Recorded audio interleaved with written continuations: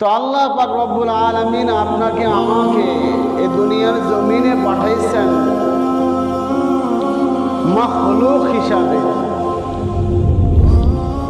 আল্লাহ তাআলা পৃথিবীতে যত মাখলুক সৃষ্টি করেছেন, আল্লাহ পৃথিবীতে যা সৃষ্টি করেছেন, আমি আপনি দুচোখে যা দেখতেছি, এই সমস্ত সৃষ্টির মধ্যে সবচেয়ে শ্রেষ্ঠ যে মাখলুক, তার নাম হলো মানুষ। সুবহানাল্লাহ। যত মাখলুক আছে পৃথিবীর জমিনের মধ্যে, দুনিয়ার মধ্যে সবচেয়ে দামি মাখলুক হলো মানুষ, আশরাফুল মাখলুকাত। আল্লাহ পাক রব্বুল আলামিন আপনাকে আমাকে বহু মায়া মুহাব্বত করে আল্লাহ তাআলা বানিয়েছেন। কেন?